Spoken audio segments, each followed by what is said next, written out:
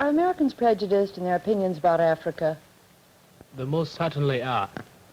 How could they be objective about African Negroes while they are prejudiced against American Negroes? I disagree with you completely. I think that Americans are prejudiced for African natives and are very prejudiced against white people in Africa. Well, I'm getting confused. How can Americans be for and against Africans at the same time? Well, if I say anything, I'm going to confuse you still more. As an Ethiopian, I'm prejudiced against both white people and Negroes. Discussion are 4 high school students from 4 different countries in Africa. Let me introduce them to you now. Here is Amelia Day from the Gold Coast. Amelia is 18 years old. Here is Susan Rennie from the Union of South Africa. Susan is 17. Susan, those school uniforms, are they always that short? No, this is actually a dispensation. I'm a senior, but the other girls have to have them 3 inches above the knee. Very interesting study in native costumes. Thank you. Now let me introduce the boys, will you? Here, our baby for tonight, 15-year-old Mesfin from Ethiopia, and 16-year-old Boniface from Nigeria. Now, let's start out by asking you what some of your own prejudices are. How about you, Amelia? Have you got any prejudices, say, against the Nigerians? Yeah, I have my own personal prejudice against the Nigerians. Coming from the Gold Coast, where there are many Nigerians, I think that I sometimes look down on the Nigerians as somewhat inferior to us. Because, you see, the Nigerians who come to the Gold Coast are mostly beggars. So that's my opinion about the Nigerians. This is funny. I don't see how you have a case against for this your proposition, or I say for this your stand. Actually, personally, I look towards the Gold Coast not as inferiors, but perhaps as people that are individualistic, are not working towards the communal effort towards the welfare of the nation. They, of course, have made great strides because they are a very small country, and yet you have all these differences in their country. Mesfin, how about your prejudices? You admitted to several at the beginning. Well, as I told you before, we have also our own prejudices against the African Negroes. We consider them as inferiors. We have, of course, our own reasons for saying so. Well, what are they, Mesfin? Well, first thing, we consider ourselves to be of the lost tribe of Israel and not Negroes. It's only that our faces are burnt that we look like Negroes. And also, we've been ruling part of Africa for hundreds of years during the 16th century, and we ruled part of Egypt, Sudan, and as far down as Mozambique. Well, what about your prejudices against white men? Well, back home, if a woman marries a white man, she's considered mean, and when she dies, the priests never pray for her as they would do for any ordinary man. It's just considered as suicide. Why do you think they look down on the white people so much? Well, for the first reason, religiously they consider them unclean in heart because they eat pork, and that's prohibited in religion. Susan, you got any prejudices? Oh, I think I've got some pretty large prejudices. I think I'm very prejudiced against the foreign press, particularly the American press, because I've come up against a lot of discrimination myself while I've been here.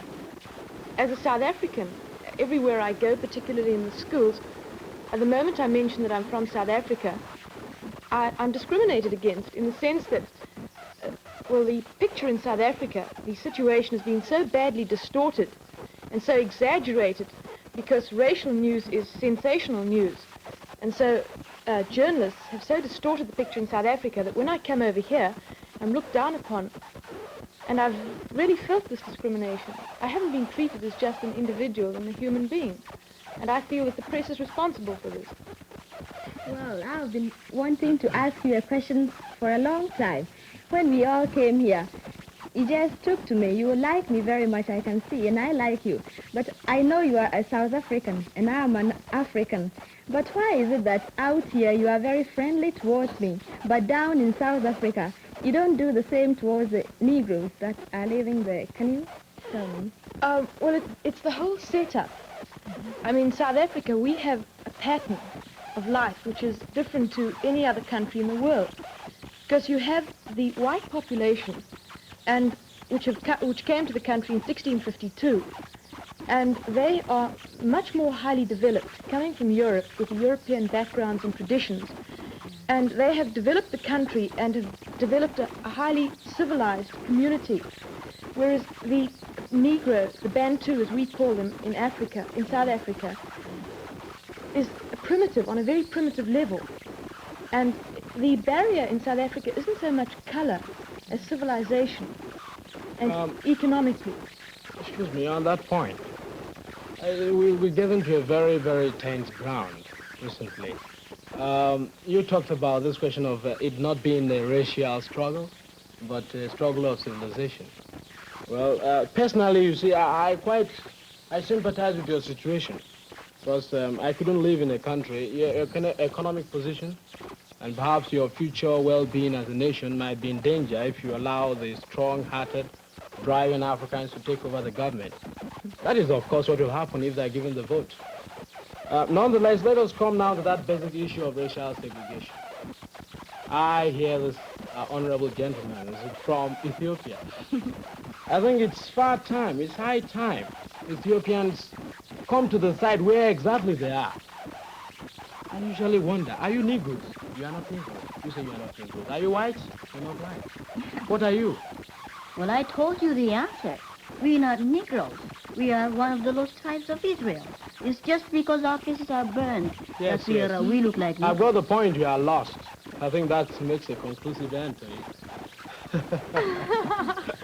I'm wondering if Susan and Mesfin have something very much in common. Neither one of you admit you're Africans, and yet both of you live in Africa and have for generations and generations.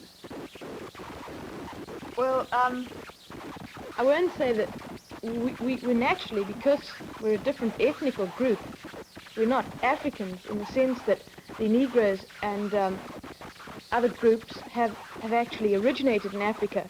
But I consider South Africa my homeland and my fatherland, and I always will. And there is a misconception that exists. Most people think that the white settlers came to South Africa and took the land from people who were... So? Oh, no, it is not, and I'll prove it to you. Who came to South Africa and took it away, as the whites came here to America and took it away from the indigenous occupants. In 1652, when the first white settlers arrived at the Cape, the Bantu, as they are now known, the Negroes in South Africa, were still coming down from equatorial Africa, migrating. And it's a fact that they had not yet entered what is now known as South Africa, the borders of South Africa. The only indigenous occupants in Africa, South Africa at that time, were the Bushmen, and they were exterminated by the Bantu coming down. Excuse me, Susan, on that point, I think you've read your history upside down. How come? Yes, you see, the exact thing that happened was that these Dutchmen, I think they were Dutchmen, they haven't got a place in their homeland.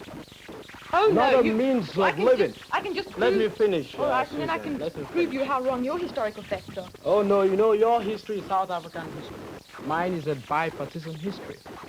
Well, this man came without any means of livelihood in their own country, with the economic background without any meaning at all. They came to South Africa. And the real facts are that as they came and there was an influx of these Dutch people from their unwanted homes, as there was an influx, the Bantus they were pushing the Bantus up into the country, till came the Zulu War, in which the Zulus were finally defeated in the most bitter and agonizing struggle they had against these Africans, you call them? Yes. I don't know where you get your historical facts from. I really I don't. got my historical fact from, I think, is it Mr. Trevelyan? He's in British history. Oh, That's far Mr. better George than... Trevelyan knows nothing then, and I'll say that. Because it so happens that these penniless whites, as you call them, didn't come out because they didn't have homes or because of any kind of persecution. They were sent out as officials of the Dutch East India Company to establish a refreshment station for ships passing around passing around the bottom of the Cape. just as the Dutch settlers were sent out to America by the Dutch West India Company to settle and to make a refreshment station here. Now, I think if you had to turn around to those Dutch settlers who came out and said that they came out because they were penniless, they'd be just as indignant as I am. And as you say that the white settlers came and pushed the Bantu back, Yes. It's a fact that the whites It's a fact. I got the point now. It's a fact. into the interior of Go on. Africa and didn't come into contact never even saw a Bantu until 1795, which was practically 100 years, more than 100 years after they had arrived in South Africa. How did you have the Zulu War? What brought it about? The Zulus had already, by the time, I think you must have a look at a map. Zululand is very far from the Cape where these people arrived. And in 100 years, within 100 years, after the arrival of the white settlers, the Zulus had by that time, the Zulus are a part of the Bantu group, had already come down to Natal. And then you've got the two groups, the one coming from the north, the one coming from the south, and they met. And that's where you get the Zulu War. It was not even a clash in the sense you are taking it. It was even the British. It was a clash. The British in their benevolence, or in fact in their, because they've seen the facts that this thing is not good, they even were exercising a tempering force upon the people. Boniface, just to make things more complicated for you and Susan, I've heard a third interpretation of this, which might settle it. That was the fact that the Bantu were a migratory people. And that it may be true that at some point when the whites came in, there weren't any Bantus there because they were migrating somewhere else. But look, this is all past history now. I'd like to hear something from Mesfin and Amelia on their interpretation of South African history, but almost rather. Let's bring it up to the present, can't we? Yes. Yes, we bring it up. Well, come back just a minute, Sue, to your violent prejudices against the press because they're misrepresenting what goes on in South Africa. Do you want to clarify that a bit? Yes, I would. Will you? No. Well, I know one outstanding example of misrepresentation. We read in an American, I think it was a magazine, I won't give the name, although I could very easily. This journalist quoted Dr. D.F. Malan, who is an ex-Prime Minister of South Africa, as saying, and I quote, "The Negro does not need a home. He can sleep under a tree." Well, not only is this absolutely fictitious, but he forgot to mention the fact that brick and concrete trees, known to most people as houses, are costing thousands, millions of dollars of the white taxpayers' money annually. What did you say? I didn't get the point. Said what houses? Well, you see, this journalist said that Dr. Yes, Malan... I got that point. You say what houses costing the government millions of dollars? I What said houses? concrete and brick and cement houses for the Bantu peoples. But these are the Bantus that are working for you in the factories. How did you get the money? They got the money, they mined the gold, got the gold, and you sold the gold outside. You got the money and you say the money is yours. Of course You it can't is. do that's a contradiction, Look, please. we came along. We bought the machinery. We developed the mines. From where did you get the machinery from the mines in Johannesburg? Do you own the mines? No, we got Who our worked the machinery. mines? We got our machinery from Great Britain. Who From worked- the money that was what was got with the diamonds and How did you get the diamonds out of the ground? No native labor there, How did Boniface. you get the diamonds out of the ground? They I want weren't that. dug out of the ground. They were alluvial diamonds. No native labor there, my boy. What do the natives do?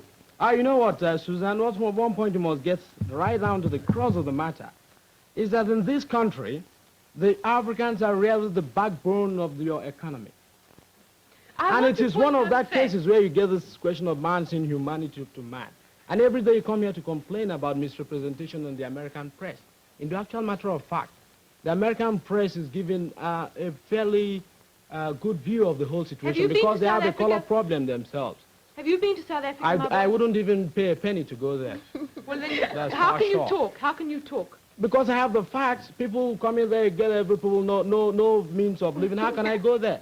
I want a house, I want a home, I want position in society. Well, look, they're getting it. They're Sue, getting let's exactly ask- what they want. I'd love to hear from Amelia and Mesfin what if their picture of South Africa is the same as Boniface's It is. should be the same weight.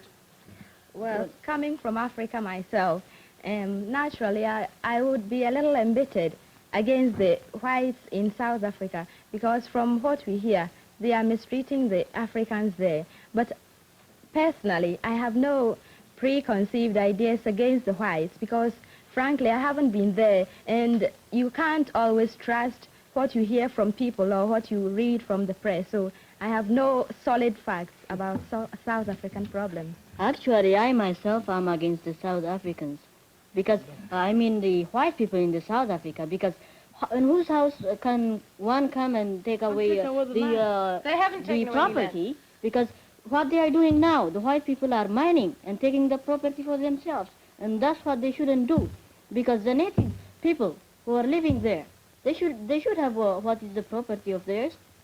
Well, actually, before I came from Ethiopia, I was reading about this in the press, and they were pretty hot about it. They were against the white people.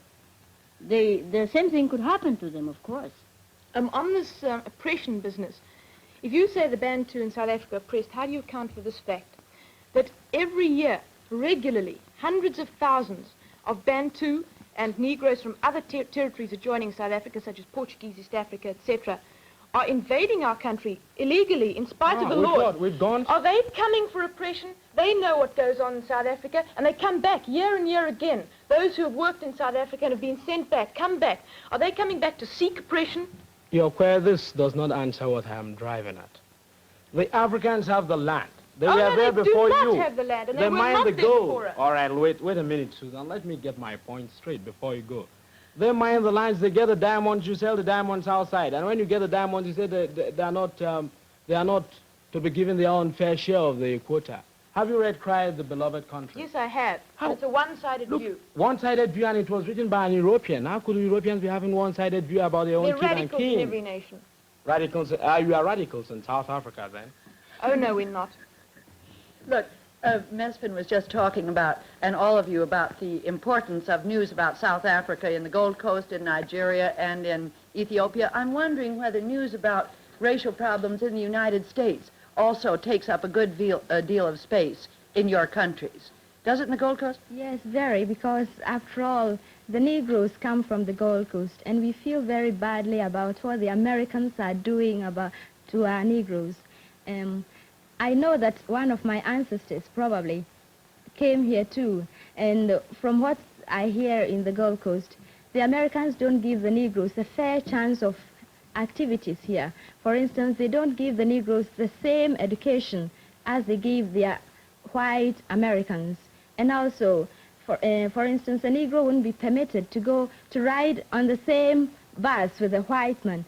As for me, I don't think that color, which is purely a natural thing, can be such a great bar to human understanding. And I think America is a democratic nation, as it calls itself, but this one thing really doesn't show it all very well as a democratic country. Amelia, you've been in the New York area for about a month now. Does the picture you had of America that you've just described correspond to what you've seen here in the schools and the communities you've been in?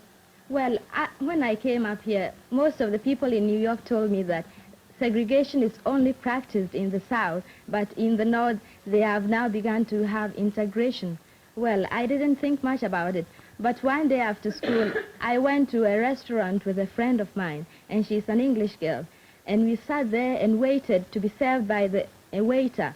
Well, the waiter just came around, looked at us and passed us and went around serving others who came in after us. Well, I knew at once what he was doing, but my friend didn't know it. So she walked up to the waiter and said, "Well, we've been waiting here so long, won't you serve us?" The waiter just looked at her hard and then looked back at me. And then I told the girl that we better leave the restaurant because I understood it. But the girl was shocked, but I wasn't surprised because that was what I was expecting to find.